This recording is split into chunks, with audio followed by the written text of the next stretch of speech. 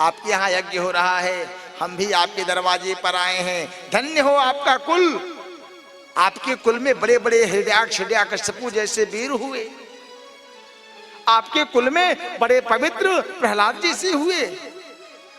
आज पहले जिसे किसी से अगर कुछ लेना है तो सबसे पहले क्या करना पड़ेगा? उसकी बड़ाई करनी पड़ेगी, बड़ाई करनी पड़ेगी। आज बामन ने क्या किया? राजा बलि के कुल की बड़ाई करने लगे। अरे महाराज बड़ाई हो गई, बताइए क्या चाहिए? बलि ने कहा आपने मेरे कुल का बहुत बखान किया है, आप तो कुछ बोलो। कहा हमें तो किल अगर देना है, पदानि त्रीण दैत्रेंद सम्मतानि पदा मम, देना चाहते हो तो हे राजन हमें 3 पग भूमि दे दो। क्या दे दो? कितना? संसार को 4 बीघा 50 बीघा मिल जाए जमीन, 50 एकड़ मिल जाए तब भी संतुष्ट न रहता। बामन को 3 पग में संतुष्टि कहते हैं।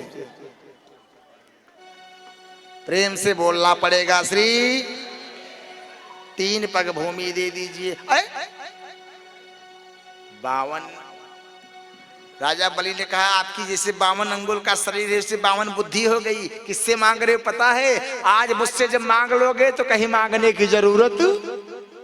भगवान ने कहा हे राजा बलि अगर हम 3 कदम से संतुष्ट नहीं होंगे तो पूरा राज्य दे दोगे तब भी हम संतुष्ट नहीं होंगे।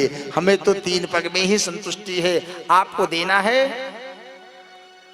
कहा तो 3 पग चाहिए तो फिर पूछने की क्या बात है? कहा नहीं सोना चाहिए, हीरा चाहिए, जवाहरात चाहिए। अगर विवाह नहीं हुआ है तो ब्राह्मण विधवा से मैं विवाह भी करा दूं। भगवान ने कहा मुझे कुछ नहीं चाहिए, हमें तो सिर्फ 3 पग भूमि चाहिए। कितना? 3 पग। वो भी ऐसे नहीं लूंगा, बिना संकल्प का मैं लेने वाला। संकल्प होना चाहिए। बार बार जब संकल्प की बारी आई तो शुक्राचार्य जी जान गए अरे ये न तो 52 है न तो 53 है, ये कवन है? ये तो कश्यपा अदितिर जातो देवा नाम कार्य साधक। कश्यप का पुत्र अदिति माता के गर्भ से आया है, देवताओं का कार्य सिद्ध करने के लिए ये 52 का रूप धारण करके आया है, 52 का रूप धारण करके आया है। हे राजा बलि अगर आपने संकल्प किया तो ध्यान देना तुम्हारे पास कुछ बचने वाला। समझ पा रहे हो कि नहीं? किनको किनको कथा समझ में आ रही है? हाथ उठाइए। अरे वाह,